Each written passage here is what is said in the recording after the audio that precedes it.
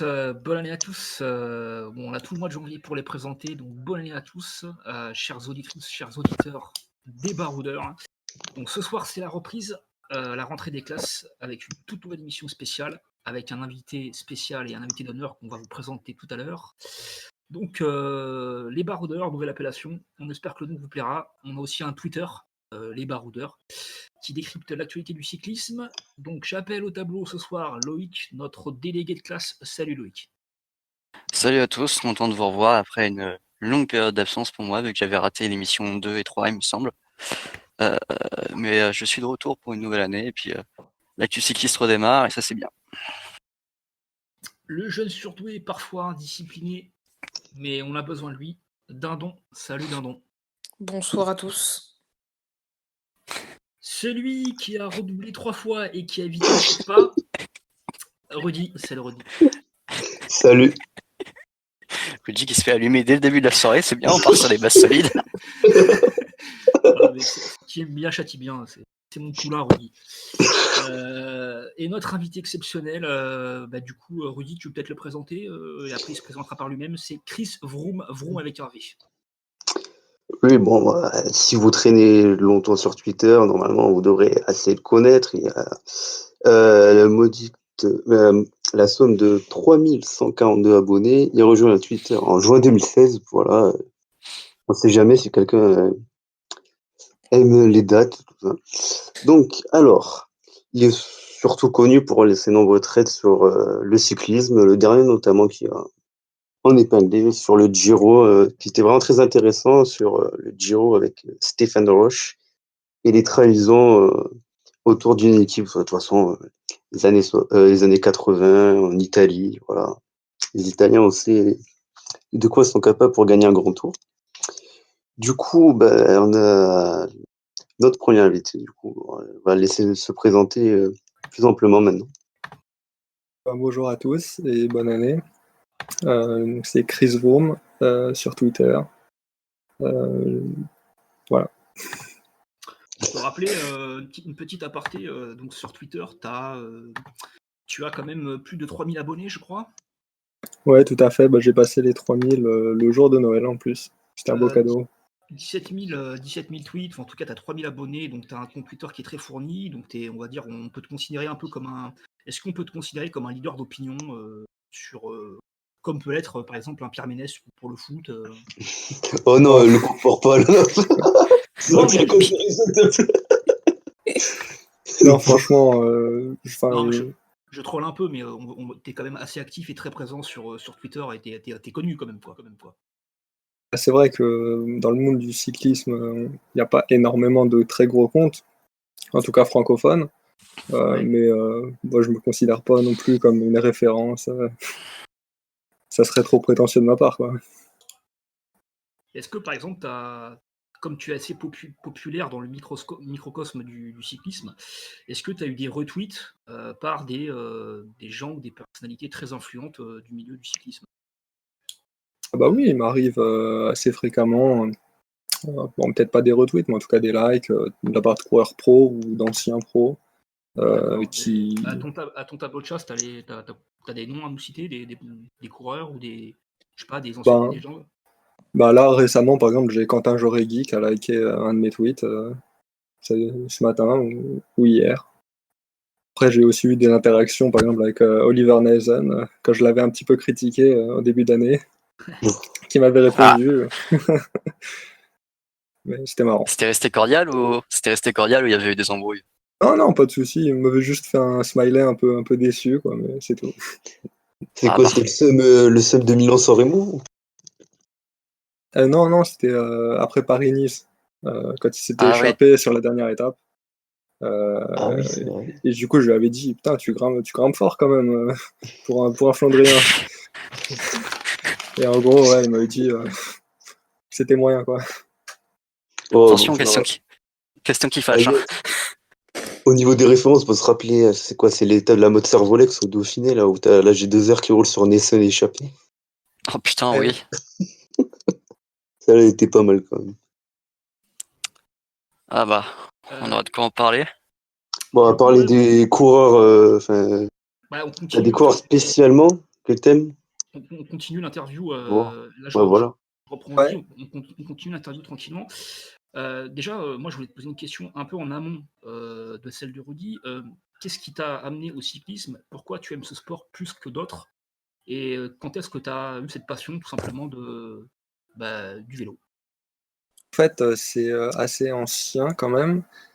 Disons que le déclic a vraiment été en 2008, tout simplement parce que j'ai acheté Pro Cycling Manager, quoi. Je suis venu là-dedans comme ça. Et Petit aparté, je sais pas, je me permets hein, de te couper.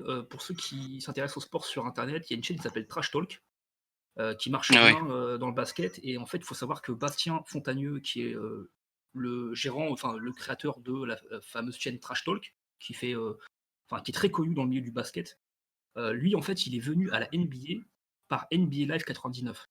C'est-à-dire que le mec, Ah, mais il est venu au basket par le jeu vidéo et non pas par le souvent sport c'est lui-même. ça, hein. Donc, ouais, bah, voilà. c'est vraiment ça.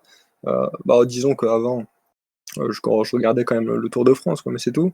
Et vraiment, avec Pro Cycling Manager, bah, du coup, j'ai découvert un peu toute la saison et toutes les autres courses qu'il pouvait y avoir. Et, euh, et voilà, et j'ai énormément joué à l'édition 2008. Et Ah oui. c'est ce qui m'a mis vraiment dedans. Et puis, bah, ensuite, ça m'a plus lâché, quoi.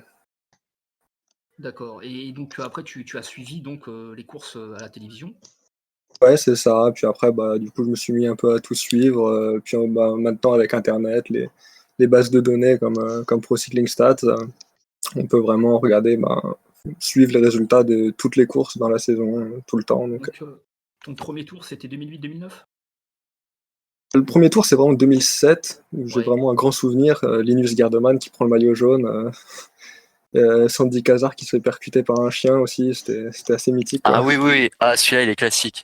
Ah Ouais. ouais. C'était l'époque Schumacher à la Garol Schneider, non, ça? Ouais, Ouais, top. Schumacher, ouais, c'est l'année d'après. Rasmussen. C'est ça, bah, le Euh, duel Rasmussen-Contador. Ouais. ouais, c'est 2007, ouais. Et je Ouais, crois, ça. qu'il y avait Chris Froome était à la Barlow World, je crois. Je dis pas de bêtises. Ouais. Exactement. Qui avait, c'est le niveau, mais bon. Comment dire, après, on va faire un petit résumé de la décennie précédente. On aura le temps de reparler de Froome. Rudy, tu voulais donc, je te coupe, tu voulais poser une question. Bah, toi de poser la Ouais, question. d'abord, je voulais poser une question, mais Ayêtre, enfin, quand on parlait de PCM, tu as aussi une database qui est assez reconnue maintenant. Enfin, que tu as voulu Ouais, faire. ouais, du coup, bah, c'était vraiment. Enfin, c'était avant tout pour moi, bah, parce que bah, il y avait aucune database vraiment historique qui me plaisait, en gros. Et du coup, je me suis dit, bah ouais, faut que je crée la mienne, quoi.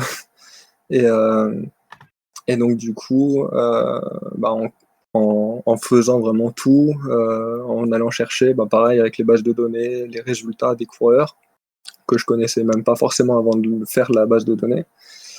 Euh, et bah du coup, j'ai pu réussir à faire une base de données qui, pour moi, me convenait. Et bah après, je me suis dit autant la partager et peut-être que d'autres personnes pourraient être intéressées et s'amuser aussi, donc autant la partager. Ok, Alors que ok. je disais de continuer, parce qu'on me parlait si tu avais un coureur assez favori que tu aimais bien. Bah, je pense que ça se voit Ouais, assez voilà. bien que j'ai une bonne affection pour Primoz Roglic, qui est vraiment un coureur qui représente ce que j'aime, c'est-à-dire le mec un peu invincible, quoi. Vraiment, c'est-à-dire qu'il peut actuellement, je pense, tout gagner, que ça aille des classiques. On l'a vu au Tour de Lombardie. Pour l'année Mm. prochaine, la Flèche Wallonne, j'ai de bons espoirs. Et puis, bien sûr, les grands tours avec le Tour de France en point d'orgue. Et aussi le Tour d'Algarve, pour ceux qui me suivent, ils savent que j'aime bien le Tour d'Algarve. Ah oui, le Tour d'Algarve, ouais. Début de saison. C'est d'ailleurs là où j'ai découvert Primoz Roglic, parce que je suis le vélo de pas assez longtemps. Du coup, je l'avais découvert au Tour d'Algarve 2017 où il s'était battu avec Dan Martin sur l'Alto da Foya, je crois. Ah oui. C'est Qui a ça, quand ouais. même, Avec faut-il le rappeler, qui a quand même fini numéro 1 mondial de la saison. Ouais, ça va, numéro 1 aussi, mondial. oui. Mm. Bon, du coup, euh, qui veut se lancer, du coup, pour le petit résumé, voilà, des 10 dernières années? Et On passe à la deuxième partie de l'émission, tranquillement, du déroulement. On va faire un petit tour de table de la décennie, c'est-à-dire, on va dire, un coup de cœur ou un événement qui a marqué chacun de la décennie, on va dire de 2010 à 2020, on va faire simple, puisqu'on vient d'entamer maintenant les années 2020, enfin on va entamer l'année 2020, donc la décennie s'est achevée. Donc on va faire un petit tour de table. Voilà, donc à celui qui veut se lancer, you welcome. vas-y, je vais y aller. Eric. Du coup, moi, ce qui m'avait marqué, c'est que je me souviens des tours 2010-2011 et aussi 2012 dans une moindre mesure. On avait vu Vauclair, Roland taper le général.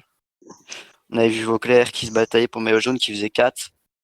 Roland qui avait remporté l'étape du Mont Ventoux et puis qui prenait le maillot blanc. Non, De la Pudgest, pardon. C'était à Ensuite, l'époque Europe Car. Europe Car.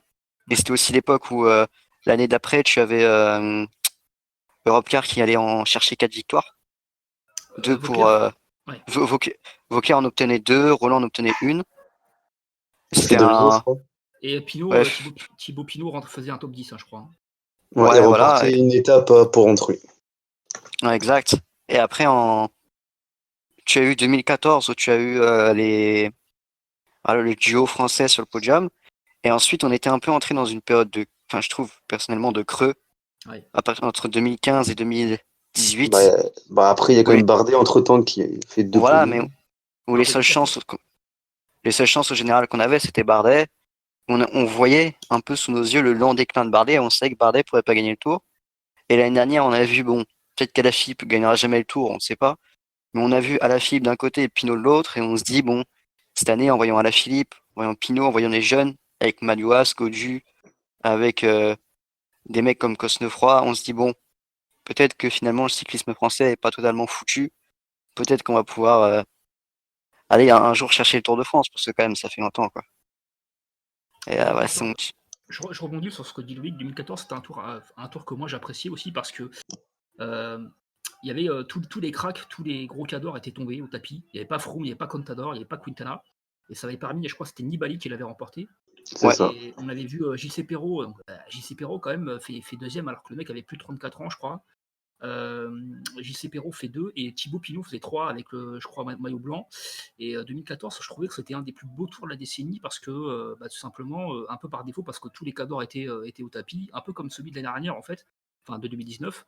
Et ça faisait quand même assez bizarre de voir JC Perrault deuxième, quoi. Et j'ai l'impression qu'on a vite occulté ça et qu'on a oublié cette perf qui, pour moi, était quand même assez exceptionnelle, pardon. Voilà. Mm. Du coup, Rudy, Dindon, Chris, si vous avez un tour ou un événement ou une course qui vous a marqué sur la décennie. Perso, j'ai commencé à regarder le vélo en 2019, donc niveau décennie, j'ai pas de repères précis. Donc si quelqu'un veut y aller à ma place.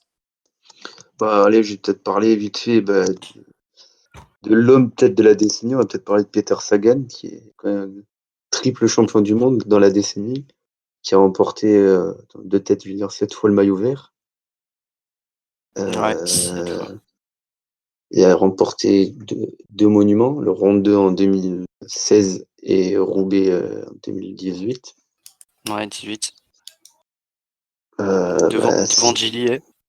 Et c'est surtout, on va aussi reparler, parce que la fin des années 2000, c'était surtout le dopage. Encore 2000, fin d'année 2010, c'est Contador qui se fait retirer son tour. Je crois que c'est en 2010 ou 2009.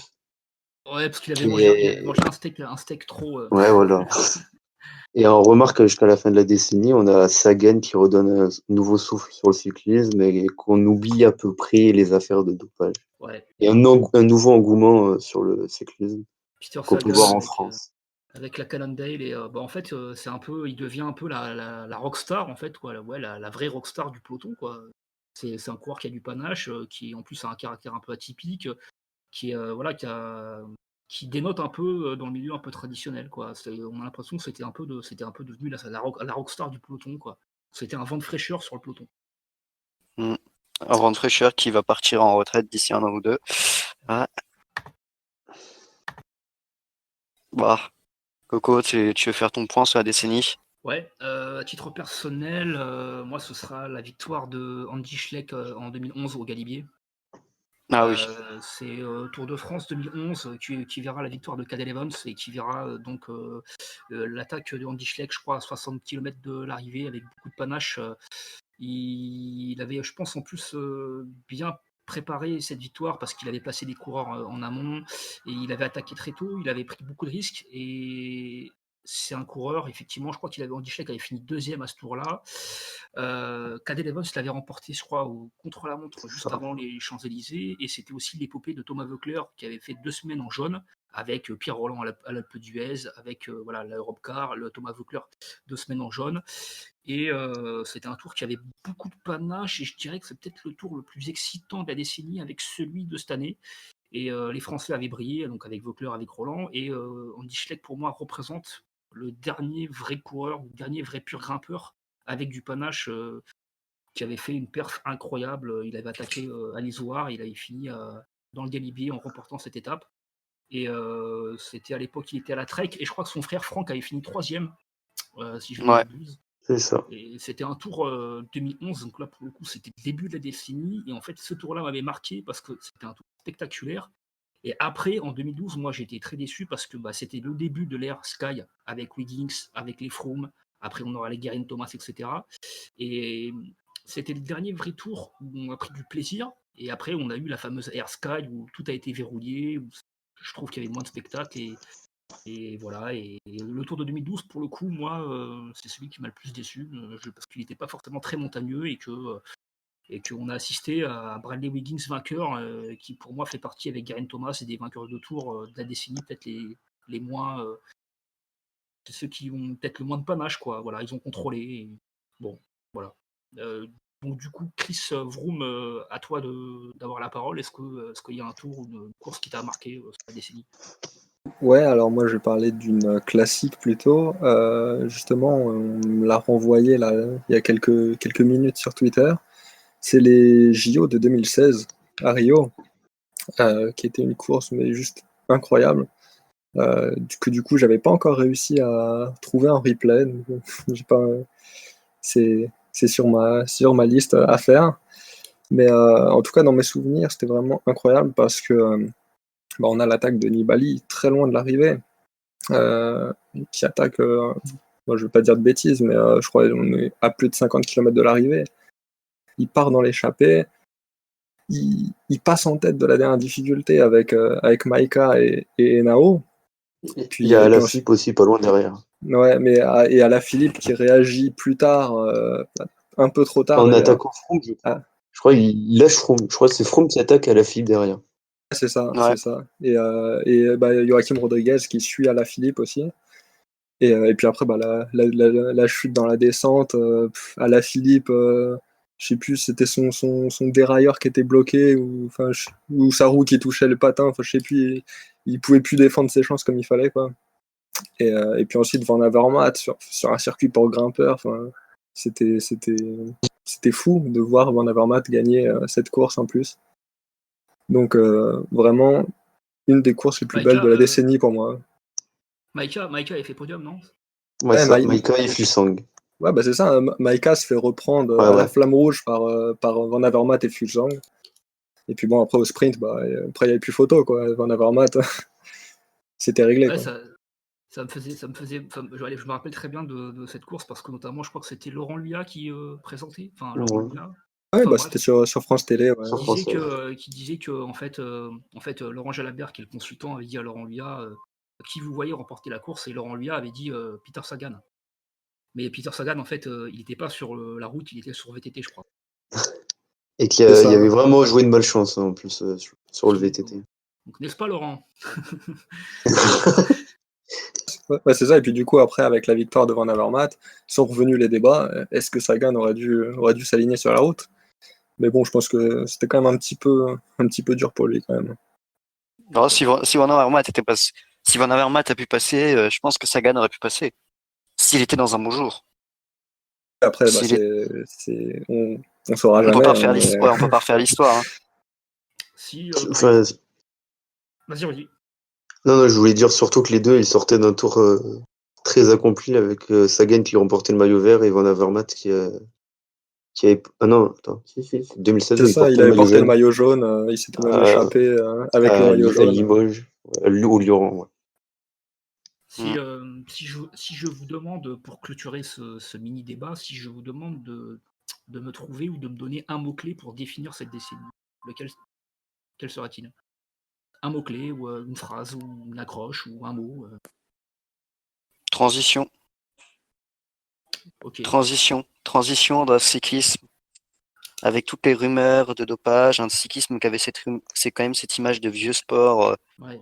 de produits, etc. Un cyclisme aujourd'hui qui a des gueules, des Van Der Poel, des Sagan, et tout ça, même des Evenepoel en Belgique, il y a une folie Ouais. autour de ce mec-là, Ouais, qui bien ont des sûr. belles gueules, qui plaisent au public. Un sport où finalement on met les questions de dopage derrière, à part dans, par exemple, le cyclisme sud-américain qui a encore des problèmes. Mais on a réussi à mettre un peu le dopage derrière nous.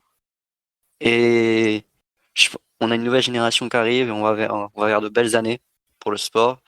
Et un sport qui se médiatise de plus en plus, notamment grâce à Canyon, avec le cyclocross qui se médiatise de plus en plus, et les courses aussi qui sont de plus en plus diffusées en France grâce à l'équipe. Enfin, ça a été une décennie de transition, mais plus on avance et plus on a l'impression que le cyclisme se développe, et ça c'est une bonne chose. En tout cas, ouais, très belle expression, bien trouvée, ouais. Dindon? Sky, parce que moi je suis arrivé du coup en 2019 et les seules choses auxquelles j'ai pu assister, c'était la domination de l'équipe Sky Ouais. pendant limite quasi toute une décennie qui a roulé sur les grands tours et limite que les grands tours en fait, mais ils ont roulé sur toute la concurrence durant limite une décennie et je trouve ça impressionnant. Alors qu'il y ait dopage ou pas, on Enfin, peut, on va on dire peut- suspicion ou pas. oui, mais ça reste quand même une performance, une très belle performance. C'est vrai. N'est-ce pas l'US Postal? Bah, Rudy, tu as la parole. Est-ce que je vais être lourd en disant attaque de Pierre Roland? ah, Deux tu pourrais fois au dire ça début. cette année, hein, mine de rien. On débute la décennie 2011 avec son maillot blanc, sa victoire à l'Alpe d'Huez. En 2012, la Toussuire. 2014, son Giro magnifique Coéquipier, en terminant quatrième. coéquipier de Uran, je crois, quand Ouais, Uran fait ça. 2, je crois. Ouais. Ouais. Non, il n'est pas coéquipier. Il était à l'Eurocar, alors Pardon. que Uran, il était à la Sky, je crois. Non, C'est en non, 2000. non, Uran, quand Uran il fait 2, il est pas Quand chez la Uran il Sky. fait deux, tu parles du Tour, oui, tu parles. Genre Bardet Froome, quoi. Ouais, ok. Il y a aussi sa victoire au Giro 2017 à Ouais. Canapé, en échappé. Grâce à Michael Woods aussi, je me rappelle, qui avait très bien roulé pour lui. Et il a failli aussi remporter une étape sur les 3 grands tours en 2018 à la Volta. Ouais, il avait fait 3, je crois, sur l'étape. Là où Ben King avait gagné devant Nikita Stalnov. Putain, Ben King. Ah, Oui. Ben King sur la Ah, Vuelta 2018, un bordel. 2 victoires d'étape quand même. Hein. Dan Martin se rappelle encore, je crois, à la Ah, Covatina. ça avait choqué pas mal. Hein. Débarquer comme ça sur un Giro. Enfin, heureusement, sinon la Dimension Data ne serait plus là. S'il avait pas fait ça.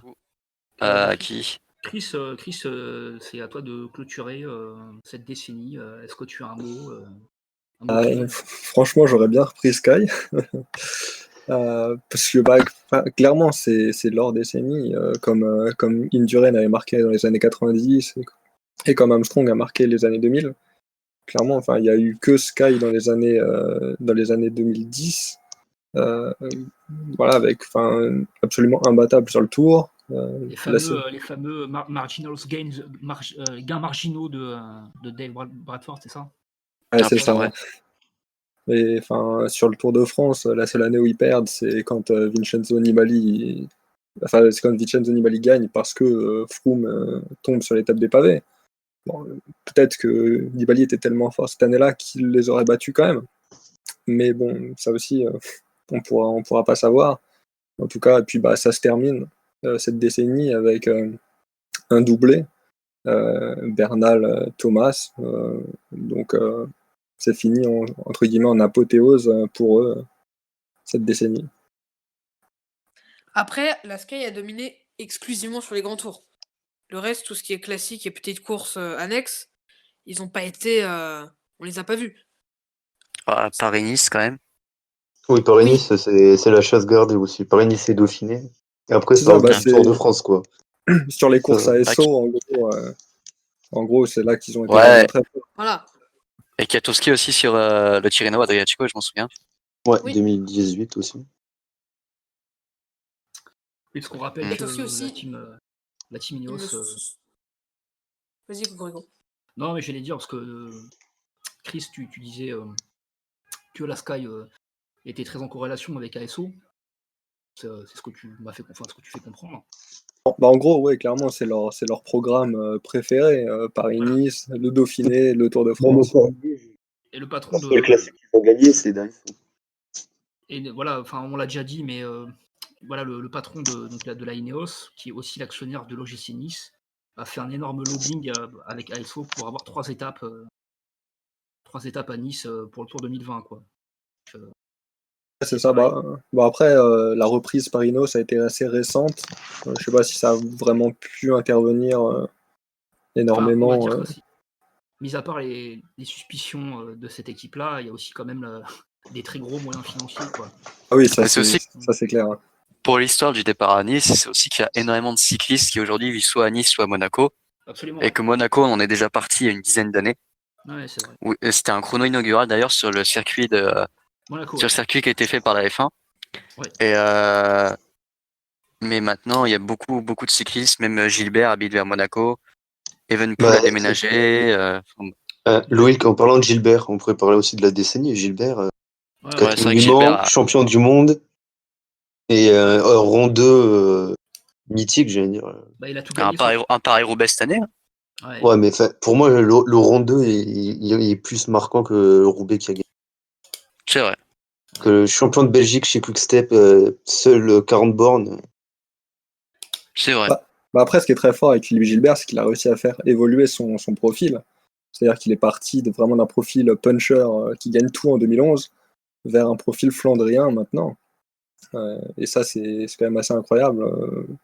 Et maintenant, bah, on verra pour Milan-San Remo s'il y arrive. Ouais, ce que j'allais dire. Genre, il a dit qu'il lui restait 3 occasions de gagner. Et j'y crois plus trop. Moi, je pense que c'est un peu, c'est foutu, je pense, Bah, pour sauf peut-être cette année avec le risque du Poggio, s'il change totalement le parcours et que Gilbert part de loin, des difficultés peut-être plus lointaines et qu'elle Ouais, change le enfin, parcours. c'est Gilbert, hein, on laissera pas partir. Ouais, Et, au rang 2, je pense pas qu'ils vont partir. C'est vrai, c'est vrai. Puis après, il faut attendre de voir aussi le retour chez Lotto Soudal, si ça se passe aussi bien, s'il arrive à avoir le même niveau que chez Quickstep. C'est vrai. et donc, pour faire aussi une autre aparté sur cette décennie, là, je vous pose une question en forme de débat ouvert. 2010-2020, on a vu, par exemple, une forme de renouveau du cyclisme français, avec des coureurs que, n'en déplaise à certains, Arnaud Desmar qui a remporté Milan-San Remo. Bon, ok, c'est un peu tronqué, je sais, j'assume. Mais on a eu Thibaut Pinot, qui s'est fait, qui a été, qui a écloré en 2012. On a eu voilà, Julien Alaphilippe, on a eu Romain Bardet, on a des coureurs, voilà, on a David Gaudu. On a l'impression que cette décennie-là a vu l'éclosion d'un renouveau du cyclisme français, alors qu'avant, dans les années, fin des années 90 et même au début des années 2000, on avait des coureurs comme Vauclair, comme Sandy Cazard, comme Chavanel, qui n'étaient pas des coureurs qui pouvaient performer ou espérer, par exemple, remporter un grand tour, comme peut l'être aujourd'hui un Thibaut Pinot, ou Thibaut Pinot qui sera favori l'année prochaine. Alors, je sais pas, je lance un débat ouvert, qu'est-ce que vous en pensez? C'est vrai que on a bien évolué là-dessus. Et parce que c'est vrai qu'on a commencé dans les années 2008, 2010, où bon, les espoirs de victoire, c'était Federico, Chavanel, Vauclair et Cazard, quoi, à la limite. Ouais. Maintenant, c'est vrai qu'on a des très bons coureurs qui n'ont pas eu de chance.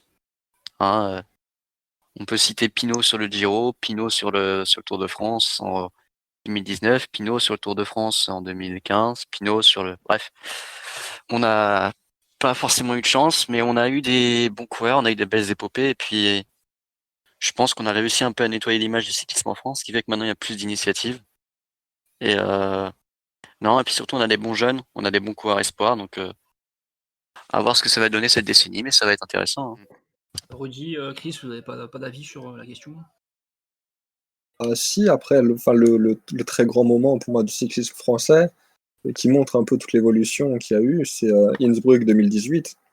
Quand Oui. t'as Pinot, Bardet et Alaphilippe qui mènent, et que t'as que Valverde et Woods qui arrivent à suivre, c'est là que vraiment, on voit que le cyclisme français maintenant, sur les courses de plus haut niveau, peut vraiment être acteur et peut vraiment gagner maintenant des grandes courses. Ouais, absolument, ouais. Parce que dans les années 90, on avait Jalabert et Virenque, en fait, quoi, c'est tout, quoi. Et après, on a eu une période de vache maigre. On les a cités, hein, les Vauclair, Cazard, etc. Et est-ce que c'est prometteur pour la future décennie, notamment David Gaudu? Alors, David Gaudu peut-il gagner un grand tour, vous, 4 ou 5 ans, par exemple? Oui, oui, Euh, oui. hmm, 4 ou 5 ans, ça fait peut-être encore trop jeune, je trouve, quand même. Ah, moi, pour connaître le dossier personnellement, j'avais eu la chance de pouvoir discuter avec un de ses amis proches. Donc Gaudu et Barguil ont le même entraîneur chez les Espoirs et dans l'équipe l'Occitane, donc qui est une équipe espoir française assez réputée. Ouais. Et il disait que Gaudu était quand même une classe au-dessus de Barguil. Et je pense que même Barguil est bon, mais Barguil pourra aller chercher beaucoup d'étapes, mais ne pourra pas aller chercher un grand tour parce que je pense que il a pas sur les contre-la-montre et il a pas forcément la discipline que peut avoir Gaudu pour aller chercher des étapes. On sait que par exemple Barguil s'était fait expulser de la Vuelta 2017 parce qu'il n'avait pas attendu Kelderman. Alors que Gaudu, alors qu'il aurait pu jouer sa chance sur une étape, tu vois, sur le Tour de France 2019, Gaudu, on l'a demandé de sacrifier pour son leader et tout donner, et il a tout donné, hein. On se souvient d'ailleurs, je crois en 2018, sur Milan-Turin, où il se sacrifie tellement que Que Lopez après, va par terre. voilà, Lopez veut dépasser, lui, Gaudu, il se met à l'arrêt totalement sur le côté et il percute Lopez. Il fait pas Et exprès, hein. Il fait pas oui, exprès. il fait pas exprès, mais on voit vraiment que c'est quelqu'un qui il donne tout, quitte après à mourir sur le bord de la course. Et là, cette discipline-là qui fait que, pour moi, il saura attendre le bon moment, il a la tactique de course, il a la discipline de course qu'il faut pour peut-être à terme gagner un tour, un Giro, une Vuelta ou pourquoi pas un Tour de France. Moi, je suis Donc, persuadé que Gaudu sera le prochain Français à gagner un Tour de France. donc Gaudu, pour l'instant, parfait petit lieutenant, quoi. Ouais, très bon lieutenant et leader en devenir 100%. Ouais. Il gagnera un grand tour, c'est sûr. D'ailleurs, je suis même persuadé qu'il aurait pu remporter le Tour Malais cette année, hein. Je pense S'il aussi. n'avait pas eu le rôle de coéquipier, mais bon. Ouais. Bon, ok, bah super. On va passer à la troisième partie de l'émission, et puis après on va clôturer tranquillement. Donc c'est les enjeux de la saison. Donc là, on va faire peut-être une revue, une présentation rapide des effectifs. Voilà, quelques informations, parce qu'on n'a pas fait d'actualité en début d'émission. On va parler va- du Giro, si vous voulez bien. Avec, on a juste fait parler assez rapidement de Remco Evenepoel, 19 Ouais. novembre, chez Quick-Step, qui a remporté déjà la Classica San Sebastian. À son âge, c'est déjà énorme. Qui a remporté, je sais même pas s'il a remporté le classement général du Tour de Belgique, mais il a gagné une étape, en tout cas, c'est sûr. Celui qu'on surnomme Ouais. Si, il a remporté le général, ouais. Si, il a remporté le général aussi, c'est dire à son âge. celui qu'on considère pour nos auditeurs et auditrices le futur petit Eddy Merckx. Voilà. Ah ouais, c'est le nouveau Et, Merckx, hein, clairement. et qui a été annoncé sur les routes italiennes au départ à Budapest. Il sera sur le Pour Giro, et mois de mai. je sais pas si vous avez vu qu'il a répondu à Bettiol, puisque, Oui. pour la petite histoire, l'année dernière, quand Bettiol, après avoir gagné le Tour des Flandres, avait débarqué dans le bus des Quick Step et était allé dire, bah alors, où étaient les Quick Step? Et Evenepoel avait répondu dans une interview, bon, bah écoutez, la prochaine fois, on ne le laissera pas partir. Il avait dit la prochaine fois, je serai sur le rond et on ne le laissera pas partir. Donc je pense que vraiment, Evenepoel, c'est un coureur qui a envie de tout gagner. Et, euh, et même des mecs comme Van Der Poel, comme Van Aert, s'il se remet bien, des mecs comme Bernal est encore très jeune, Gaudu aussi. Il y a plein de petits jeunes aujourd'hui qui peuvent tout exploser. Pogacar après sa Vuelta énorme, peut clairement aller nous en chercher deux ou trois. ça peut être assez intéressant, quoi. La nouvelle génération vend beaucoup de rêves. Et c'est vrai que ça fait du bien parce que bon, voir des mecs qu'on voit depuis 2010, enfin les GVA, les Sagan et tout ça, certes ils ont apporté une certaine fraîcheur, mais on est en 2020 et c'est bien de voir des nouveaux coureurs, des nouvelles têtes. Bon après c'est Émergence sûr, il y des, en a, ouais émergence voilà, des, l'émergence des nouveaux. émergence des pays de l'Est, hein, de plus en plus. Ouais clairement. Pogacar et puis même on se rend pas compte, mais en début de décennie on a quand même eu Štibar, Ouais. Vakoč, beaucoup de Tchèques, Même beaucoup de aussi Tchèques. les Slovènes, surtout. Enfin, j'ai parlé de la voile des années 2017, des grands tours, avec Polanski Ouais, qui s'impose à l'Etna, Roglic qui gagne l'étape du Galibier et Mohoric qui gagne une étape à la Volta. Donc trois Slovènes la même année qui gagnent une étape de grand tour. trois Ça a été. Slovènes. Après il y a les Slovaques. D'ailleurs Bajka sera sur le Tour Down Under. Eric Bajka, qui est vu comme un bon Slovaque, pas du niveau de Sagan, mais entre Juraj et Peter, qui a un bon petit sprinter. Les Polonais, il y a eu Kwiatkowski. On pensait qu'il allait y avoir une nouvelle génération polonaise assez folle. Bon, il y a les sprinters assez jeunes qu'on attend depuis 2-3 ans, les frères Banaszek. À voir s'ils réussiront à percer. Moi, j'y crois pas trop, mais bon. Et Sainok aussi, qu'on peut dire qu'il a fait pas mal de petits Ouais. top Et 10 Simon à la Synok, d'ailleurs, Volta. qui a signé à la... Non, Simon Synok est Ouais, resté à la CCC. Et ouais, Lucas Ozvian a signé à l'Arkea. à l'Arkea, Le, ouais, Polo- le Polonais de la CCC, Lucas Ozvian. Et sinon, dans les pays de l'Est, bah, il y a eu Vakoch. Il y a eu Yann Barta aussi. Hein. Yann Barta, Karanik. Après, les pays... Navarro-Rouskas, podium au championnat Ouais, du monde. Ramonas Neverdoskas, Siskevicius, qui a quand même fait top 10 sur Paris-Roubaix cette année. Ouais. Evaldas Siskevicius. Ouais, il y a eu Tom de bons Squeeze, petits. je sais pas si on veut. Tom Skøyen en Lituanie et Lettonie. Lettonie et comment s'appelle l'autre là? Kangert en Neylands. Estonie aussi. Tanel, Kangert. Tanel Kengert. Tanel Kengert, Chris Neylands. Taramae est toujours là aussi. Les pays de l'Est se sont pas mal développés, hein, et là, Taramae qui était on disait que c'était un futur potentiel C'est toujours vainqueur de World au Tour début de la décennie, hein, on à parle. l'époque, ouais, Voilà. qui se rappelle avec l'américain Van der Garderen, ça. Enfin, c'était un TJ peu Van Van der Garderen. Ven. tous ces mecs-là, là, toute cette époque-là. Et il y a Taramae qui était à la Cofidis, c'est ça? C'est ça, Ouais, qui était Taramae maillot était à la blanc. Cofidis. Ok. Ouais, le maillot blanc de la Cofidis, ouais, putain.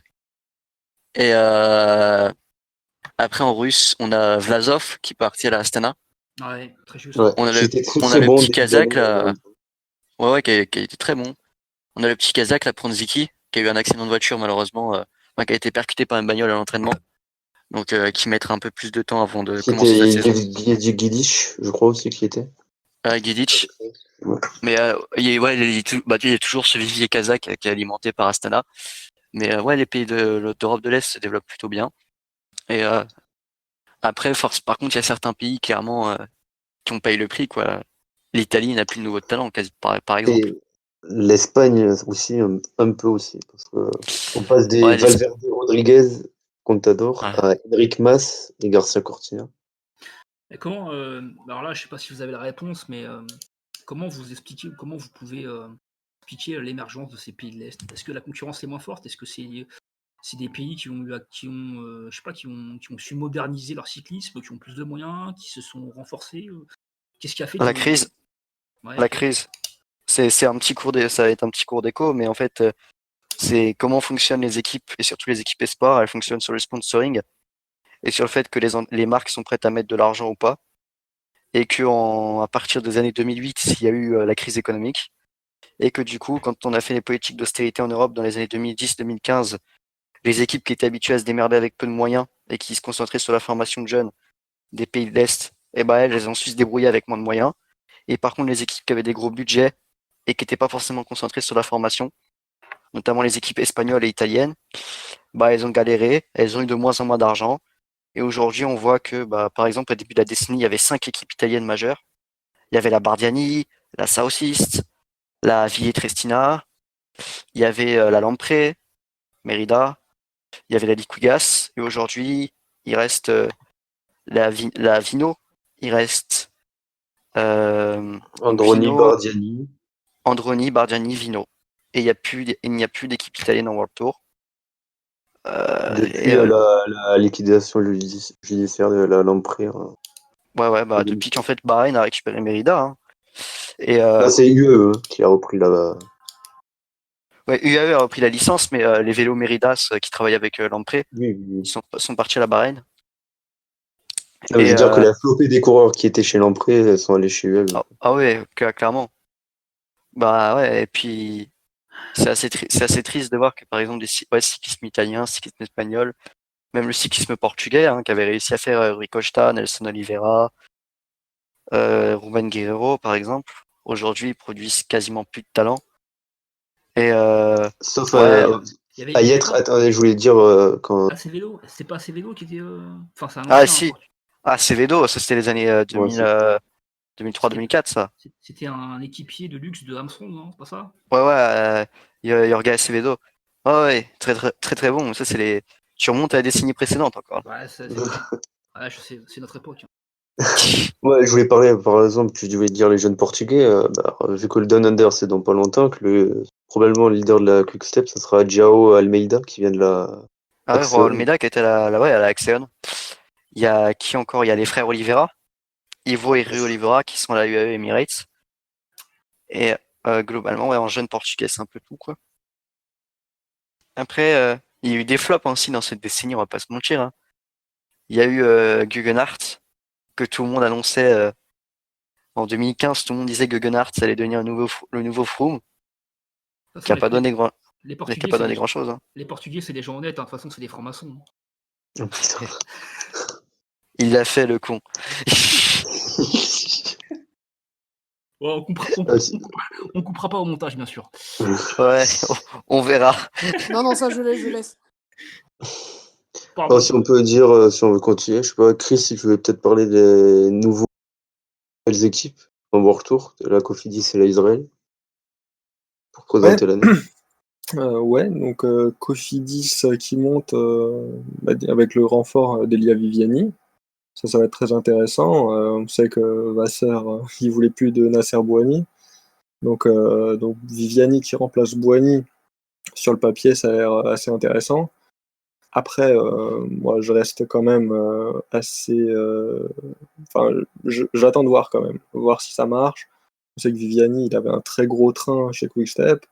Il basait quand même pas mal de ses victoires là-dessus. À voir si ça marche vraiment très bien chez Cofidis. Et après, pour la nouvelle équipe Israël Katusha, honnêtement, je sais pas trop quoi en attendre. C'est un mix de coureurs un petit peu moyens. Franchement, pour moi, ça n'a même pas sa place en World Tour, quoi, ce genre d'équipe. Ça serait plus une grosse Conti Pro. Et de toute manière, voilà, les 2-3 dernières World Tour, 2-3 dernières équipes World Tour, n'ont finalement pas grand-chose à envier aux meilleurs Conti Pro actuels, comme Arkea par exemple, Ou Vital Concept. ou Vital Concept. Ouais. Ouais, non, du coup, il y a eu les invitations, ouais, au tour cette année, donc on va avoir un tour avec 22 équipes. Première fois qu'une équipe israélienne soit sur le tour. À voir comment ça va se passer, hein, parce que bon, c'est 10 premier tour à 19 équipes, beaucoup d'équipes internationales. Pour la première fois, ils invitent 3 équipes françaises. Il y aura plus d'équipes belges. C'est-à-dire qu'il y aura plus que, avant dans les équipes invitées, il y avait une équipe belge. Maintenant, il y aura Direct Energy, Arkea et Vital Concept. Donc, première fois que Vital Concept sera sur le tour. On a vu la communication de Vital Concept, hein, Jérôme Pinault, qui pleure dans sa bagnole en apprenant la nouvelle, etc. Donc, Vital Concept attendait cette sélection depuis 2 ans. À voir comment ils vont assurer. Ils ont fait un bon recrutement, je trouvais. Ils ont recruté des bons jeunes, notamment Bart, notamment Moscato. Ils ont recruté des mecs confirmés, ils ont recruté cet acteur. C'est l'acteur, je Ils ont pense fait. pas que ça soit un très bon recrutement non plus. Je pense que cet acteur peut faire le taf. Honnêtement, c'est un mec qui casse. C'est un bon coureur moyen de World Tour, tu vois. Ils n'ont Ouais, pas bon, l'argent ouais, pour mais des c'est un peu leaders. perdu. Ah, il s'est un peu perdu, certes, mais je sais pas. Moi, je vois bien, c'est une sélection à 8 sur le Tour de France avec Slacter, Roland, Vichot, Cocard, Gauthier, Reza pour emmener Cocard. Et tu prends Cyril Barth et tu mets Bacart. un Moscato, ouais, ou un Frédéric Bacart, ouais, par contre, Bacart sur les classiques pavés, ça, tu vois, ça va être intéressant. Parce que mine de rien, tu mets Bacart, tu mets Debuchereux, tu mets Bert de Backer, tu mets Johan Lebon. Tu commences à avoir un petit truc sur les classiques quand même. Même si tu commences à avoir des mecs qui ont un palmarès sur les classiques. De Backer a encore fait top 20 sur Paris-Roubaix cette année. Et ça, il fait meilleur que la plupart des coureurs du Groupama ou que la plupart des coureurs d'équipe On va française. rigoler encore avec lui, mais bon, qu'un certain Arnaud démarre.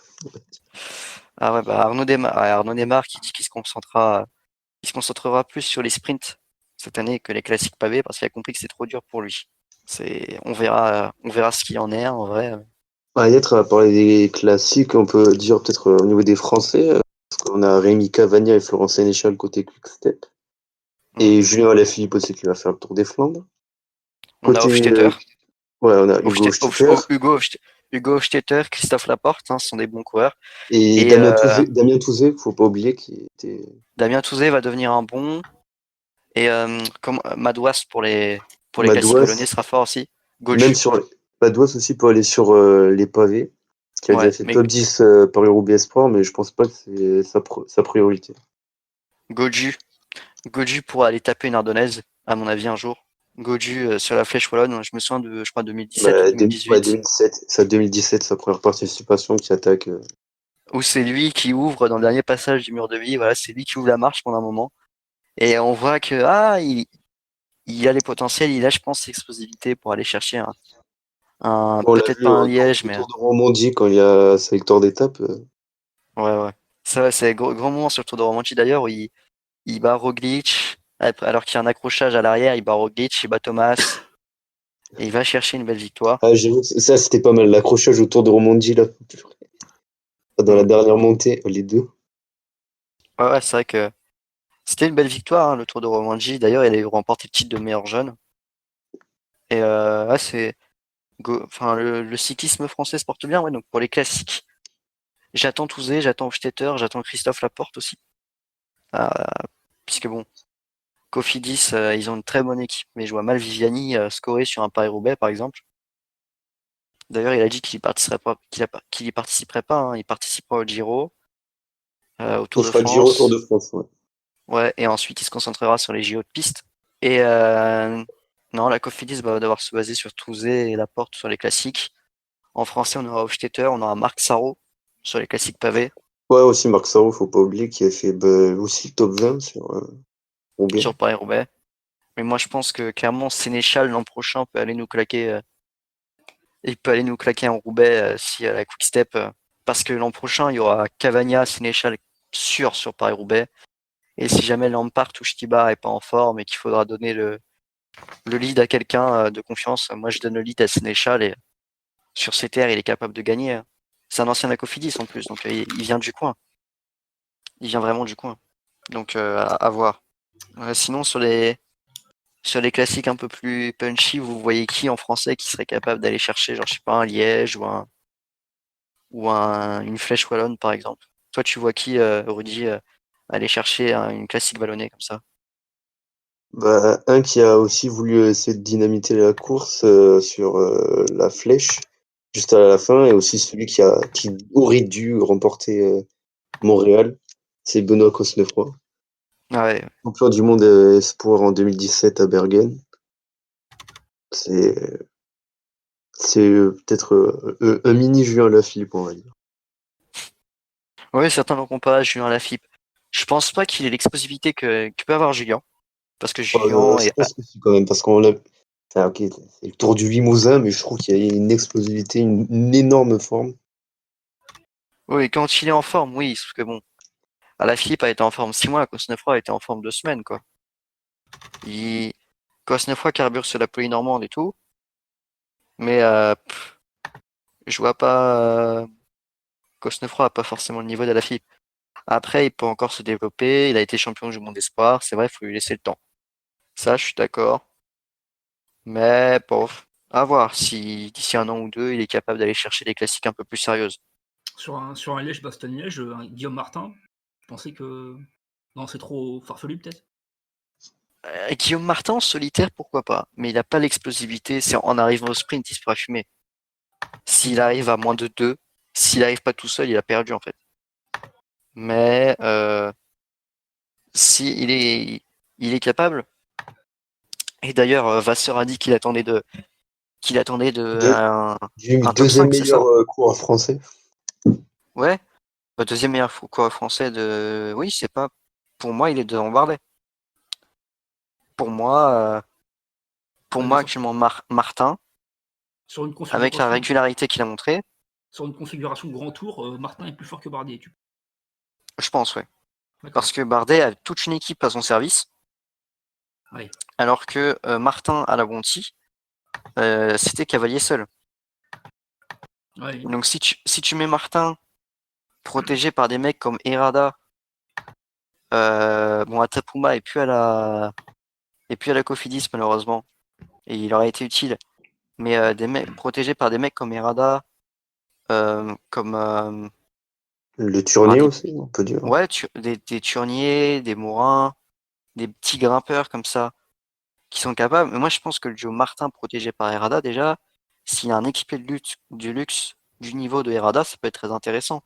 Et même s'il court avec des briscards comme Luis Angel Maté par exemple, ça va lui faire gagner de l'expérience en montagne, de la tactique, parce qu'il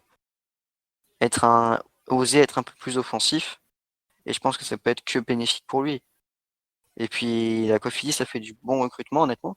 Ils ont recruté aussi Nathan Haas, qui sur les étapes un peu plus punchy et sur les classiques pourrait conseiller Martin. Mais c'est vrai que leur recrue principale à la Cofidis, ouais, ça va être Vianney. Ils vont tout mettre sur les sprints, hein, d'ailleurs. Et ils ont recruté un train pour Vianney qui est assez impressionnant. Tu as Viviani, Sabatini, Consoni, le frère de Viviani, Attilo. Clairement, ils sont là pour les sprints et ils vont aller en chercher pas mal, hein. En fait, ils ont racheté le train de la Quick Step, quoi, en fait. Consoni était à la UAE, mais il a des proximités vu qu'en sélection nationale, il a été plusieurs fois avec Vianney. Ouais, Vianney et Sabatini, ouais, c'est clairement, ils ont pris les mecs de la Quick Step. Et Attilo Viviani, je ne sais plus dans quelle équipe Espoir il était, mais ils sont allés le chercher. Comme ça, tout le monde était là à bon. Et puis, je crois sur sa deuxième course, une kermesse en Belgique, il claque une victoire comme ça, tranquille. Et c'était assez intéressant. Et puis, je pense que Viviani, en vrai, Viviani Junior a un très très bon potentiel. Peut-être pas au niveau de son frère, mais je pense que c'est une très bonne recrue. Donc, on va voir ce que va donner Attilo Viviani. Si on veut continuer pour représenter la saison, je sais pas, Chris, tu veux qu'on parle pour les grands tours, voir peut-être une bataille Ineos Jumbo. Ouais, déjà si on veut commencer au Giro, le Giro, il y a étonnamment assez peu de favoris qui vont le viser l'année prochaine. On peut citer Simon Yates, Romain Bardet, Vincenzo Nibali, en gros, et Richard J'ai dit Carapaz. Evenepoel. Ouais, Evenepoel. après, Evenepoel, est-ce qu'on le met vraiment dans les favoris? Je sais pas. Moi, je le mettrais plus. Evenepoel, il peut gagner une Vuelta, hein. Pour l'instant, c'est encore assez Ouais, jeune. ouais, c'est juste, mais il pourra gagner une Vuelta comme un peu à la Roglic, hein. Enfin, Plus tard, quoi. Ouais, c'est ça, c'est vraiment, je Mais pense. bon, peut-être plus tard avec lui, c'est 2 ans. Ouais, voilà, ou c'est 6 mois, hein, on sait pas. Non, mais c'est Evenepoel, sa progression est assez impressionnante. Quand tu vois que il commence sur début d'année sur la Vuelta à San Juan, tout le monde est là, bah finalement il tient vachement bien en montagne, il tient bien en chrono, mais bon, c'est pas niveau World Tour, et 6 mois plus tard, il te claque la classique à San Sebastian. Donc tu ne sais pas à quelle vitesse il progresse, et c'est ça qui est vachement intéressant avec lui. C'est que tu sais qu'il sera invincible à un moment, et juste la question c'est quand. C'est clair Et qu'il a progressé beaucoup plus vite que prévu. Parce que ouais, je vois au début de la saison, le plan c'était même limite lui faire courir que des épreuves Conti, et de même pas le balancer sur du World Tour. Et au final, oui, le fait vert avait dit qu'il ne serait pas sur un grand tour avant 2022. Et au ouais, final, il va être sur le Giro en 2020, tu vois, donc. ouais, ça va beaucoup plus vite que prévu, mais le mettre vraiment parmi les favoris, je pense que déjà un top 10 serait déjà énorme. Top 10 final sur le Giro, ce serait déjà énorme. Je pense qu'il sera maillot blanc, 100%. Parce que je pense pas qu'il y aura de gros jeunes qui vont venir sur le Giro cette année. Il y aura des jeunes italiens, des équipes. Je vois peut-être Riviera de la Androni Giocattoli. Nance Peters peut plus concourir pour le maillot blanc, il me semble. Donc, je vois peut-être Kevin Riviera, peut-être un ou deux jeunes Italiens à voir. Bah, il y a Evenepoel, et puis voilà, franchement, je vois pas Bon, qui d'autre. voilà, peut-être Pogacar. Peut-être Pogacar. Pogacar devrait faire le tour. Ah, si Pogacar fait le tour, d'accord. Mais je me disais, si un Pogacar venait sur le UAE. J'ai dit en Euh, rigolant, mais ah non, après, il y a. Attends. Si, il y a Dumoulin qui devrait faire le Giro, mais je dis en rigolant, peut-être Tobias Foss, qui devait faire un grand tour. Le récent vainqueur du Tour de l'Avenir. il y aura qui? Il y aura, du coup, les Jumbo, ils vont mettre qui sur le Giro? Ils vont mettre. C'est Dumoulin, Dumoulin ou Krajewijk? Non, même pas. Bah, en fait, non, je crois que Dumoulin organise sa saison que avec le Tour. Et Ouais, il me semble que c'est Bennett ah qui a oui, été c'est mis en vrai, leader. Ouais. C'est Bennett, ouais. Ouais, donc Tobias Foss, pourquoi pas, je dis ça en rigolant, mais. Ouais, Tobias Foss, c'est crédible, hein, vu comment il a écrasé le Tour de l'Avenir. Après, c'est le Tour de l'Avenir. Le Tour de l'Avenir de cette année, j'ai vu le niveau, était pas super. Ah, bah, Euh, il y a eu quand même des panaches avec Maury Van Sevenant, qui est néo pro chez Quickstep. oh Champion oui, Clair aussi, néo pro.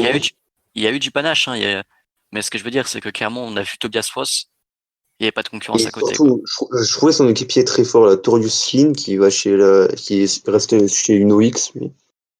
Oui. Qui sont montés en deuxième division derrière l'équipe norvégienne. Ah ouais, une OX qui passe en Conti Pro, ouais. Avec notamment l'ancien coureur de la FDJ, Daniel Olgard. Donc ouais, c'est une équipe Conti Pro en Norvège. Et ouais, bah les équipes, il y a une équipe scandinave et il y a peut-être une deuxième équipe qui a passé sous pavillon scandinave, hein, je pense à la NTT, vu que le bon vieux, ce bon vieux Bjarne c'est de retour. Et de retour aux manettes d'une équipe, à voir ce que ça va donner, mais après c'était logique qu'il aille là, hein, avec des mecs comme Valgren, Stockborough qui sont aussi qui vient de signer. ouais, Stockbroe qui est là, donc à voir ce que ça va donner, hein, mais le cyclisme scandinave a de belles heures avec Tobias Foss et avec des mecs comme Andreas Seknosud, par exemple, chez les Espoirs. Des mecs comme Olgard, bon, n'ont pas encore trop montré, mais pourquoi pas. Et puis C'est une ils ont belle quelques pointe de coureurs vitesse moyens. quand même. Donc je trouve pour le Conti Pro, Houlgard, c'est pas si mal. Ouais, mais des mecs en Conti Pro comme Olgard, comme Sander Elstenger, je ne sais plus ce qu'il est devenu, mais je sais qu'il était à la ICA depuis 2017, il me semble. Non, il avait quitté la FDJ en 2017, la G2R en 2017 et il était à la ICA. Mais ouais, les coureurs danois, norvégiens, ils commencent à bien se développer. On a vu Valgren, hein, qui avait fait une belle saison des classiques l'année dernière, en Non, il y 2018. a 2 ans. Ouais, parce que Ouais, 2018, ouais. L'année dernière, c'était 2019. l'année Ouais, dernière, ah, c'était le désert. Valgren a beaucoup galéré en 2019. À voir ce que ça donnera en 2020.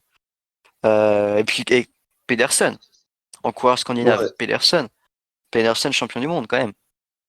on en a Pedersen, passé par là champion. avec Pedersen. Ouais, on l'a vite oublié, lui, hein. Ah ouais, c'est vrai que ça va faire bizarre de voir Pedersen avec le champion du monde. Mais d'ailleurs, il sera sur le tour, il a dit. Oui, c'est sûr. Donc, il a Il dit sera qu'il sur va le faire le tour tour. et il va faire des classiques, quoi.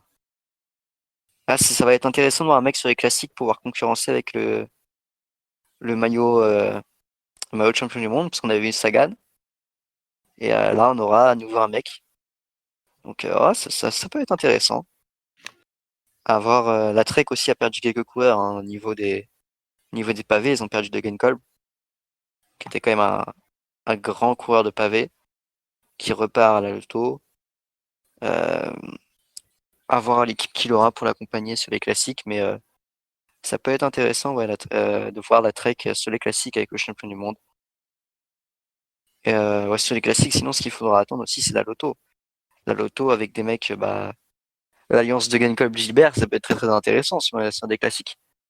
Avec un Tim Wellens avec un Tim Wellens pour accompagner tout ça, ça peut être très drôle. Je Bah, pense que ça fera beaucoup d'expérience, quoi. Ça, des vieux roublards, quoi, hein. Ça fera beaucoup bah, deux d'expérience. vieux roublards et Tim Wellens qui est pas si vieux que ça, quoi. Donc, je pense que ça peut être une bonne fusion, je pense. Je pense que ça peut être un bon mix.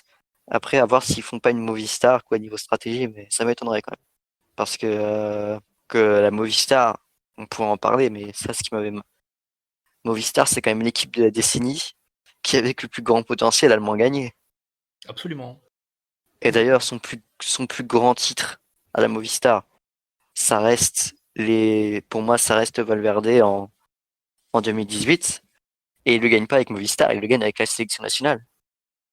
Et même si Quintana a gagné le Giro, Bah, moi, à la... j'allais dire le Giro de Quintana, mais bon, après, bref. Mais bon. ouais, le Giro de Quintana est quand même pas Ou mal. de Carapaz. Mais ouais, ou de Carapaz, mais dès qu'il mettait deux leaders sur le même truc, ça marchait plus. Ah ben là, ils ont fait tout court, là, ils ont viré tous les leaders. On en avait déjà Ouais, parlé voilà. on en a déjà parlé dans une émission, dans la première émission, je crois, notamment cette année où en fait ils avaient quand même Quintana, Valverde qui était champion du monde en sortir du championnat du monde et Mikel Landa qui était peut-être intrinsèquement le meilleur grimpeur après Pinot et Bernal. Ils ont fait quand même, ça s'est fini en boudin tout ça quoi. Bah, Pas forcément. on s'en souvient sur la Vuelta, hein, quand Oh, Soler doit arrêter de rouler pour aller aider Quintana et qui finalement Quintana ne fait rien. moi, je vous dis juste prochainement, regardez Netflix, quoi. Ah ouais. Ah, ils vont faire C'est, une série sur la Movistar, ouais. oh, ça va, à mon avis, on va entendre des choses. Connaissant le personnage Landa, il va gueuler. D'ailleurs, Landa, il est parti où déjà? Il est parti à la Bahreïn, non? À la Bahreïn. Et d'ailleurs, attends, je vais peut-être repartir peut-être sur un autre sujet, en c'est pas parlant de gagné, hein. Landa, qui a balancé déjà la fameuse phrase El puto Yates. Hein. Ah oui. Est-ce que, enfin, je parle de Chris Froome ou Loïc, les coureurs descendent de l'année dernière, les Yates et Lopez. Qu'est-ce qu'on pourrait attendre d'eux pour l'année prochaine? Bah Chris, je te laisse commencer là-dessus. Bah Simon Yates, clairement, moi je pense que c'est un peu un accident ce qui s'est passé cette année. Euh, il a été tellement fort l'année dernière avec ce Giro qu'il a failli remporter quand même. Enfin, en tout cas, pendant 2 semaines et demie, il a été absolument énorme. C'est pas lui qui avait dit c'est pas lui qui avait dit dans la Gazzetta dello Sport que personne pouvait me battre, hein, ou je sais pas quoi. Non, Ah oui. mon meilleur adversaire, c'est moi-même, je crois, un truc. Ouais, Ouais, enfin, ouais. Et Enfin, non, si je serais un de mes adversaires, je me chierais dessus. ouais, c'est ça. Ouais, ça. voilà. Ouais, c'est ça, c'était au début du Giro cette année. Et d'ailleurs, Nibali avait renchéri par la suite, mais bon. Et puis après, la Vuelta aussi, où il a été très fort l'année dernière. Donc, moi, j'ai bon espoir de le revoir jouer les premiers rôles l'année prochaine. Puis après, Miguel Angel Lopez, lui, ça va être gagner en régularité.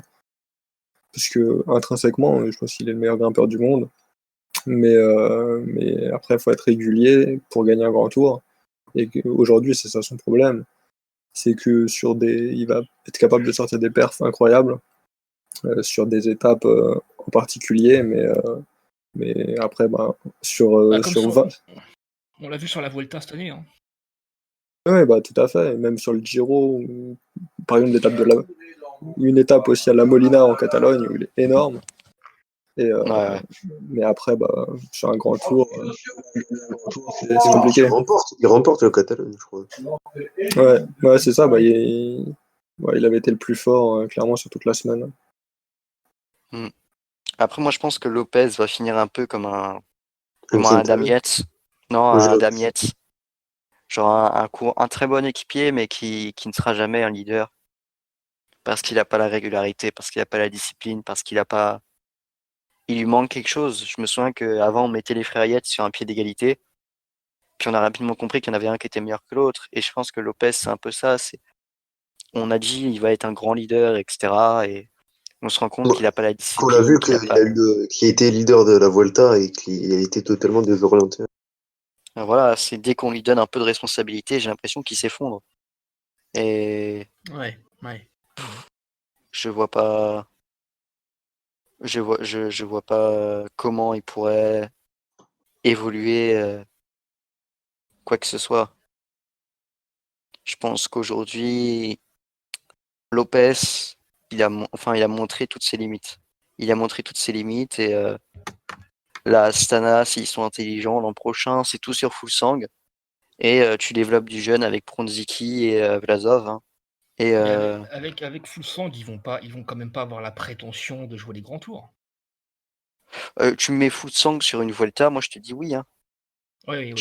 Tu mets Fuglsang avec un Miguel Angel Lopez en équipier, ça peut le faire. Hein. Ok. Et surtout qu'ils ont récupéré quelques bons petits coureurs. Oscar Rodriguez, notamment, qui a gagné une étape à la Camperona.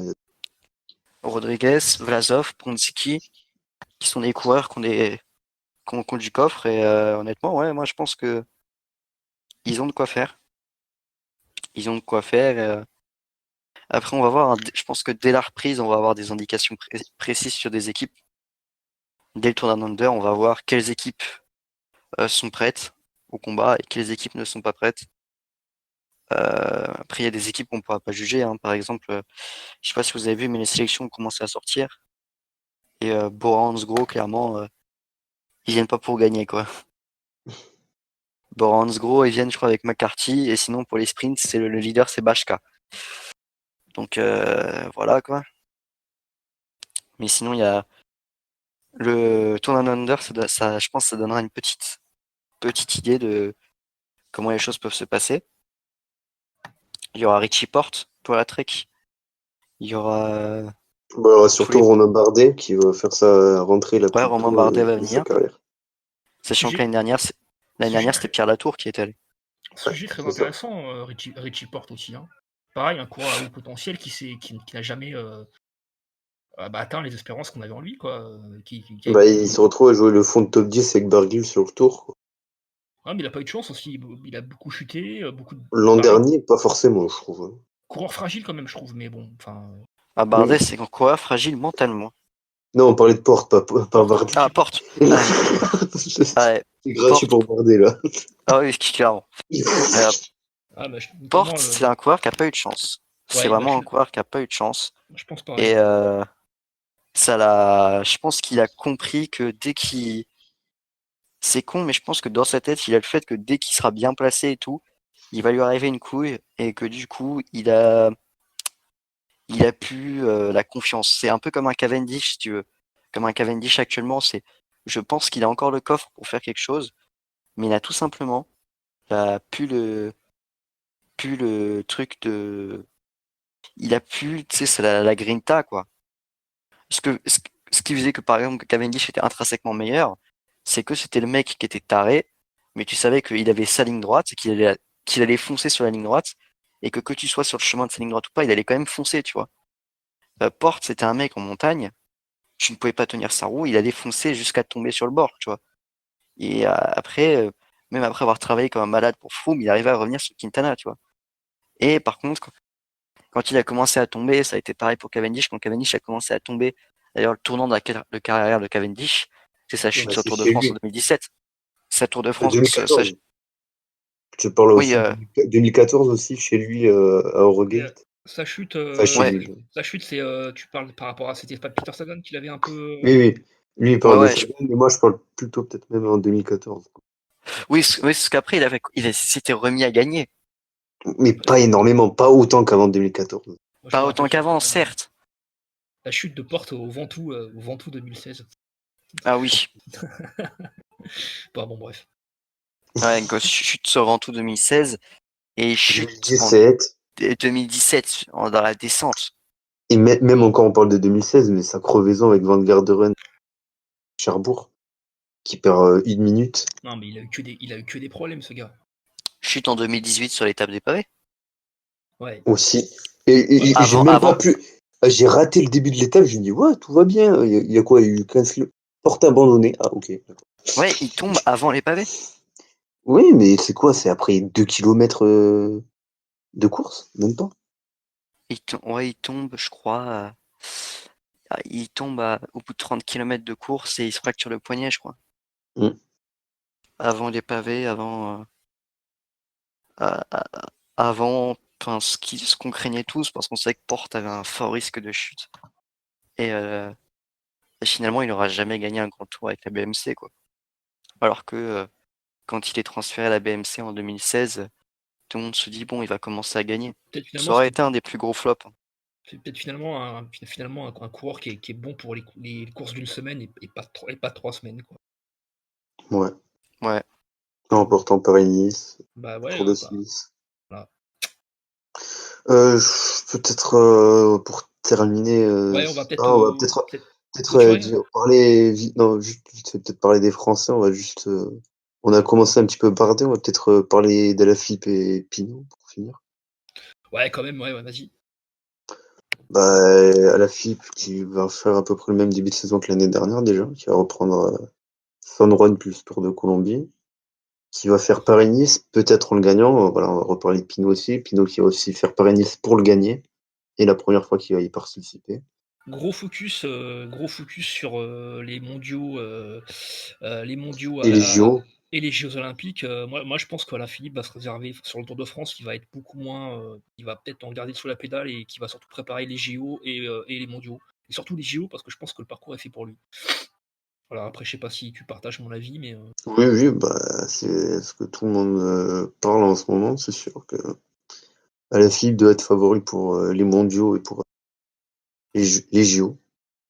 Moi, je pense pas qu'Alaphilippe ne sera Alaphilippe pas favori pour ces mondiaux.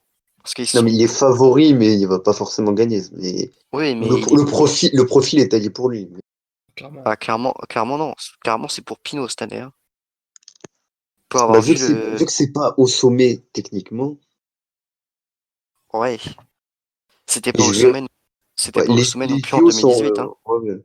Non, mais les JO, je pense que Alaphilippe a plus de chances de gagner les JO que les mondiaux, Ouais. Ouais. au niveau de la difficulté.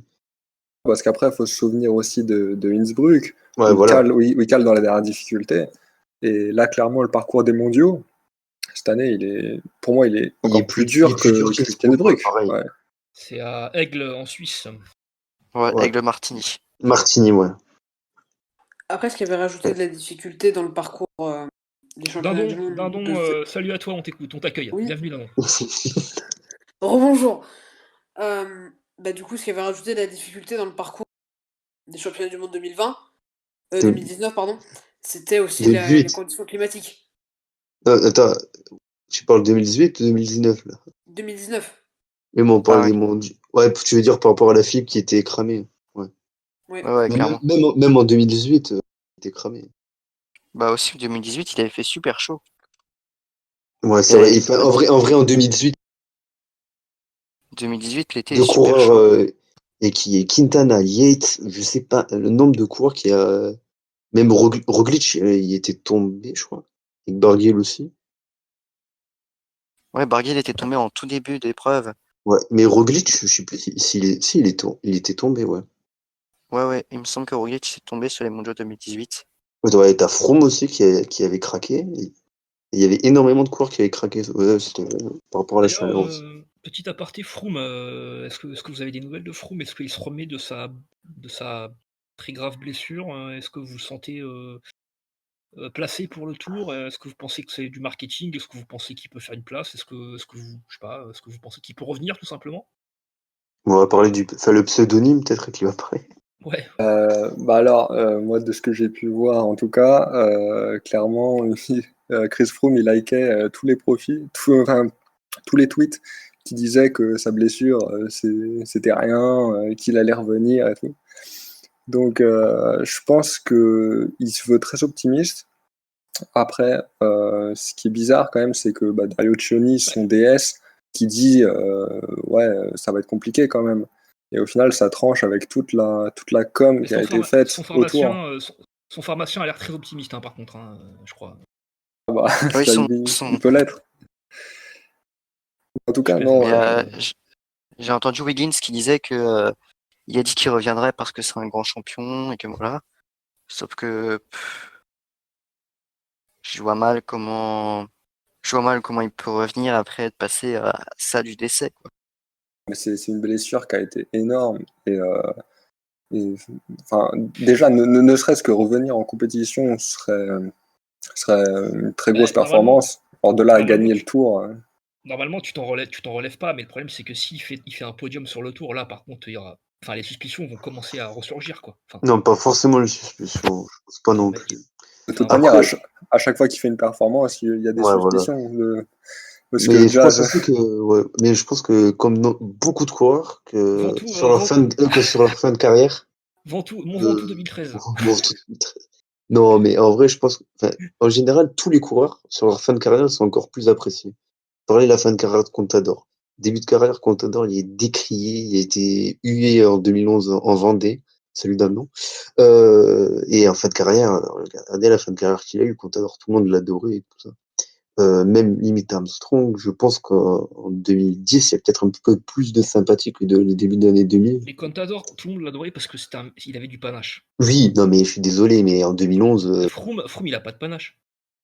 le Giro, Ouais, ok. Ouais, voilà, en 2018 où il attaque à 70 km, ouais. c'est ça là? Ouais, ouais, ok, d'accord. Oui, t'as raison. Mais je trouve que Mais je trouve qu'il essaie d'avoir une image assez sympathique. Ouais, c'est pas. À voir ce que ça donnera honnêtement, mais je vois mal Après, lui Chris Froome perso, je le revenir vois au mal, niveau. je le vois mal. Ouais, pareil, hein, je vois mal Mais, Chris Froome revenir au mais niveau. peut-être, et je vois peut-être à la limite Froome essayer d'aider Bernal, un truc du genre, et peut-être un exploit de gagner une étape, peut-être. Je pense que vraiment sa chance, c'était cette année pour gagner le Tour. Parce que Bernal n'était pas encore complètement au top. Il y avait encore une ouverture. Là, maintenant, ils ont Bernal. Bernal, il va être. Enfin, maintenant, Ineos compte sur Bernal. Donc, à la limite, ils peuvent se passer de Froome sans problème. Hein. Après, je pense Bernal, que Bernal, pour la hiérarchie, je pense que si Froome, il est au niveau et qui dit je veux faire dernier Tour de France 2020, je le gagne et je m'en vais, il le fera, il sera obligé de le faire. Il sera obligé de le faire, Bernal. Il Après, va pas forcément. est-ce que Bernal acceptera d'être l'équipier? Du coup, il l'a fait en 2018 parce que Bernal n'était personne encore à ce moment-là. Mais là, en tant que vainqueur du Tour sortant, ça sera quand même beaucoup plus compliqué de lui faire accepter. Non, tu roules pour l'ancien. bah, surtout que c'est un tour qui va être très montagneux, il n'y aura pas de contre-la-montre, je vois pas comment Bernal Enfin, peut. juste un, mais. Ouais, mais c'est un contre-la-montre en montée en plus, hein, donc mais je pense que c'est un profil qui est fait pour Bernal plus que Froome, donc je pense que même dans la hiérarchie naturelle des choses, Bernal sera plus fort que Froome. Il sera obligé d'accepter, hein, je pense. Mais je pense Et qu'il le sait déjà. d'ailleurs, je sais pas si vous avez vu là l'équipe qu'ils ont envoyée là sur le Down Under, Ineos, c'est que du Sud-américain. Ouais, Ouais. sur le. Ouais. C'est Ouais, Narvaez, Carapaz, Sosa, c'est sûr que. Henao. Non, il n'y a pas de Carapaz là, tu mélanges avec le Tour de Ah oui, Colombie. ah Non, oui, je non, mélange avec le Colombie. C'est sur le ouais, ouais, Colombie où ils envoient ouais, ouais, que les ouais, Sud-américains. ouais. Normal, non, mais même, je l'ai là, la compo, il y a Von Barles, Stannard, Sivakov, Rowe, Lawless, Toul et Denis. Et en vrai, il peut Ouais, ça. clairement gagner parce qu'avec. Aussi, on n'a pas trop parlé que Denis a signé chez Ineos. Mm. Rohan Dennis, Et ouais. que Van Barle est devenu grimpeur entre-temps. D'ailleurs, Ça qui est- ouais. Et Rohan Dennis qui a fini deuxième du contre-la-montre en Australie, c'est pas ça là, je crois. Ouais. Ouais, les Donc, championnats d'Australie. deuxième derrière Durbright, je crois, deuxième année consécutive, Comme c'est le la, même ouais. podium. Et Mm. Pouls, j'ai une lacune. Alors, Pouls, il part où déjà? À la Bahreïn, Ouais, dans À la l'équipe de Bahreïn. Landa. il part à la Bahreïn, ouais. Mais est-ce Je que pense que Denis va gagner un grand tour cette année? Enfin, je dis ça comme ça. Mais. Denis a dit qu'il a arrêté les grands tours. En allant Denis chez a, Ineos. Donc, Denis a annoncé qu'il allait en fait à Ineos pour se mettre moins de pression et pour juste être un équipier. Il voulait plus faire les grands tours, etc. Parce que je pense qu'il est intelligent. Il sait que la rémunération qu'il aura en tant qu'équipier à Ineos, elle est quasiment la même que en tant que leader chez certaines équipes. Bah, c'est ce qu'a compris Katowski, hein, je pense. et Carapace aussi, je pense. Katowski, parce que Katowski, c'est un mec qui peut gagner. Ouais, Enfin, Kato. il aurait pu gagner dans une autre équipe, il aurait pu péter péter des courses de partout, et je pense qu'il a choisi voilà, les sous-sous, quoi. Après, peut-être Van Baarle peut faire quelque chose sur ce Tour Down Under, à voir. Ouais, mais j'aurais peut-être Sivakov aussi, parce qu'il était costaud au Tour de Pologne, c'est à peu près même genre de course, Tour de Pologne et Down Under. Après, la FDJ va envoyer qui sur le Tour Down Under? La FDJ, j'ai juste vu de tête qu'il y a Liénard, je crois qu'il y a Saro. Ah, Fabien Liénard. J'ai pas compris ces trucs La lui seule d'ailleurs. recrue. Enfin, il est suisse, voilà. On s'arrête là. C'est la raison, d'accord. Il est italien, ou enfin, s'il est encore italien. Il est suisse, Liénard. Ouais, voilà. On va peut-être Je pense. Ouais, Ouais, si tu veux, on va peut-être clôturer. clôturer, peut-être en faisant des pronos sur les monuments et les grands tours, comme ça. Et on s'arrête Ouais, là? Allez, on va faire Allez, peut-être c'est dans parti. l'ordre des monuments, on fait genre les 5 monuments chacun son tour, et après les 3 grands tours. Ah, ça Donc alors, ouais, bah allez, ça c'est amusant là, on est là. Allez, allez. Dindon, allez, enfin, on part genre par ordre de monuments chacun, un monument chacun. Donc Dindon, allez, c'est parti, allez, San Remo, comme ça. Allez, ok, ça tombe bien parce que bah du Ah, coup, quel est ton pronostic pour Milan-San Remo? bien sûr, vraiment, en partant du principe qu'il n'y a pas de difficulté majeure pendant 200 km, un Alaphilippe s'il y est, Normalement, il devrait y aller. bah, choix de la facilité. Ok, On va pas prendre de risque, on va dire Alaphilippe. Viviani. Pour moi, ce sera Viviani parce que nouvelle équipe, parce que objectif spécial, parce que train très italien qui connaît bien le terrain et parce que nouvelles ambitions et envie de fermer des bouches qui disent que si c'est Breda Quick-Step, c'est parce qu'il a perdu du potentiel. Voilà. Et que ce serait magnifique aussi pour la Cofidis de remporter un monument sa première année en World Tour. Je sais plus qui c'est que j'avais cité, mais est-ce que je joue la facilité avec Peter Sagan? Ouais, pourquoi pas. Hein. Sa facilité, c'est la course qui lui échappe depuis longtemps quand même, donc.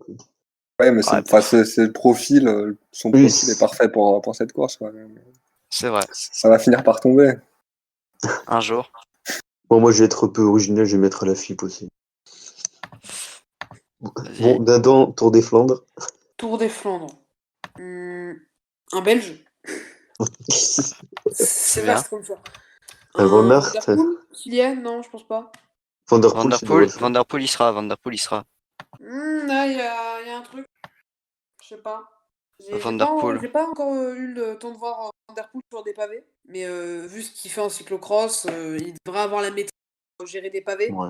Mais il a fini Donc, 4ème l'an dernier. Il avait un remporté Le Dwarsdorf, devant le Anthony Dwarsdorf, Thierry. frère. un Van Der Poel ou un coup d'éclat de Gilbert. Bah, pour moi, je dirais un Degenkolb. John Degenkolb avec la Lotto Soudal. Julien Alaphilippe, c'est son objectif de début de saison. Donc, tous ses objectifs, il les a réussis cette année, en tout cas en début de saison. Donc, l'année prochaine, pareil.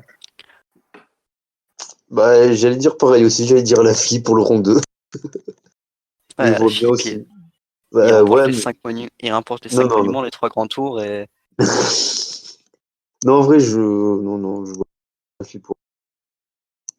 Bon, ok. Roubaix, bon, ça va être à peu près le même style de prono, mais. Mais merci d'avoir pensé à moi. Hein. Ah Ah ouais, oui, mais. Coco. C'est ce que je vous demandais. Coco autour des Flandres.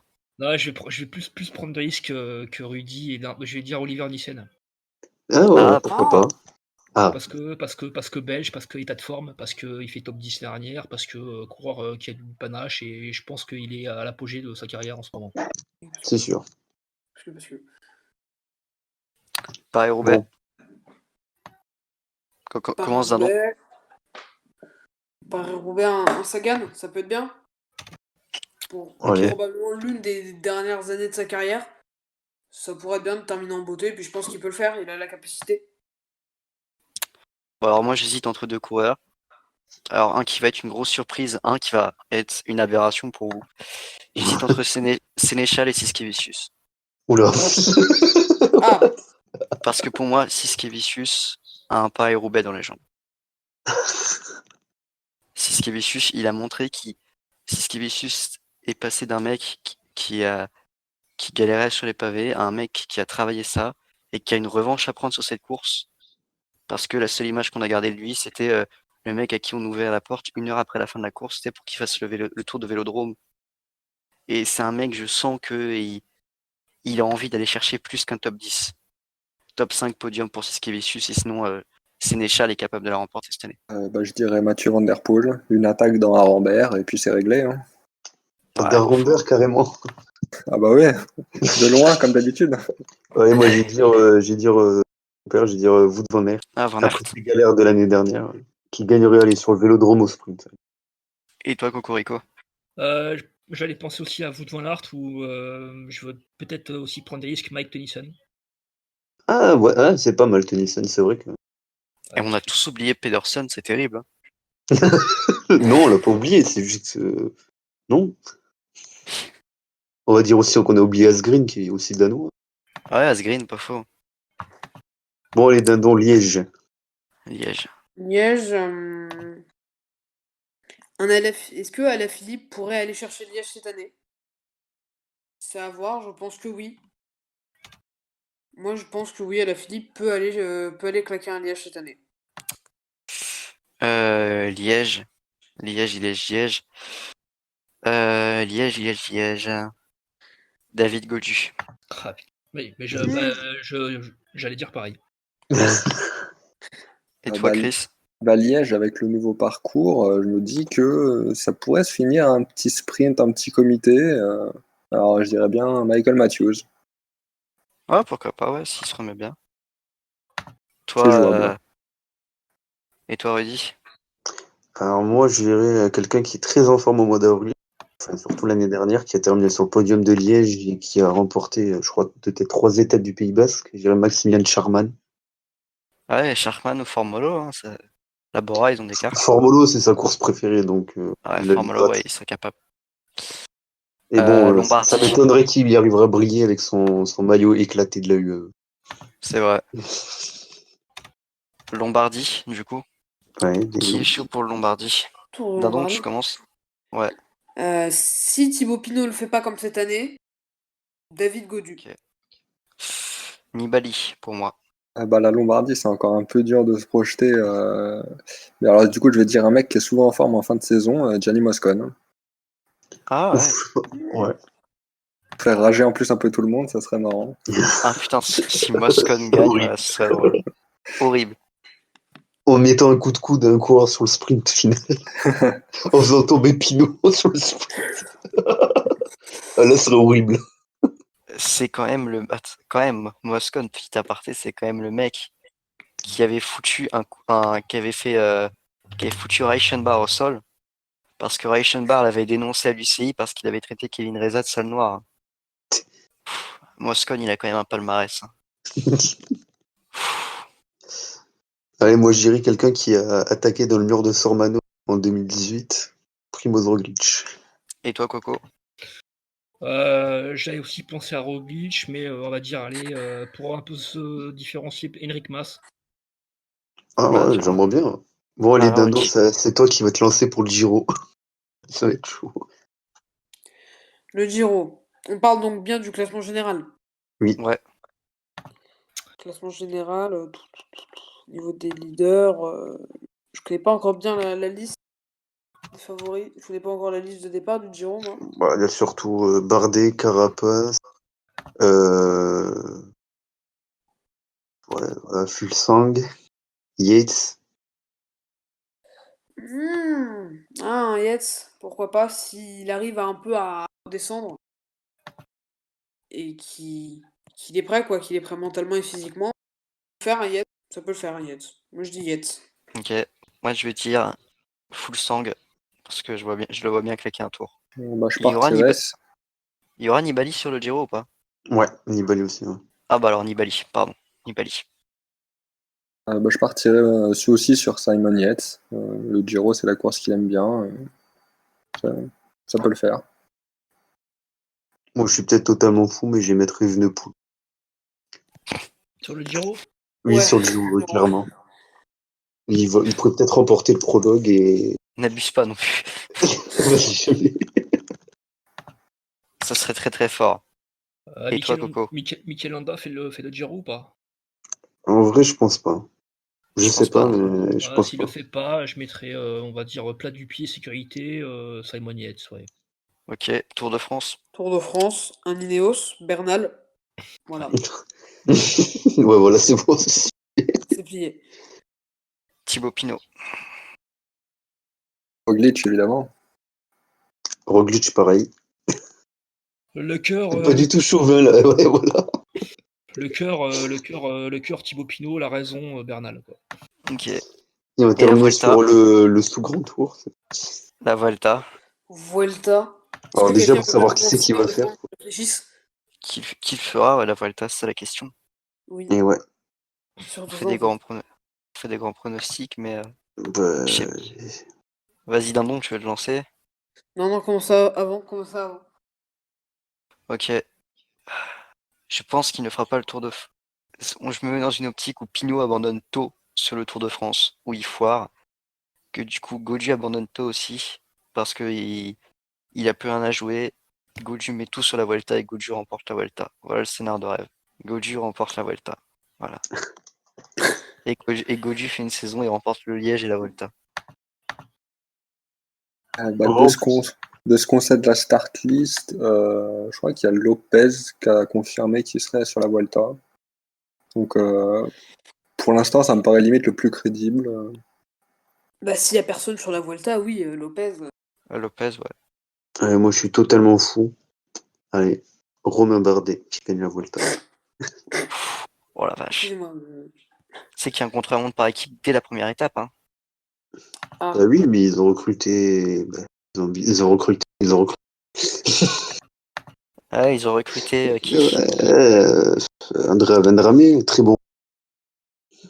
Ouais, Vendrame et Lorenz Nassen. Ouais. Oh la vache. Ça va être sport, ça, encore. Et toi, Coco? Pogacar s'il le fait, mais ouais, Pogacar. Ah, Pogacar, ouais. Ouais, et les championnats du monde, on sait tous, ce sera pour Thibaut Pinot. Et les Jeux Olympiques pour Alaphilippe. Ah, On espère. on espère tous. Bon, sur ce, on va se laisser là. On va clôturer l'émission. Merci à tous. Merci Chris d'être venu dans notre émission. Merci de m'avoir invité, surtout. Pas de rien. Voilà, merci chers auditrices, chers auditeurs. On vous salue, on vous passe une bonne nuit. On a un compte Twitter aussi. Rodi, si tu veux en Dans la parler. description, oui, on regroupe l'actualité. Il y a souvent des trades.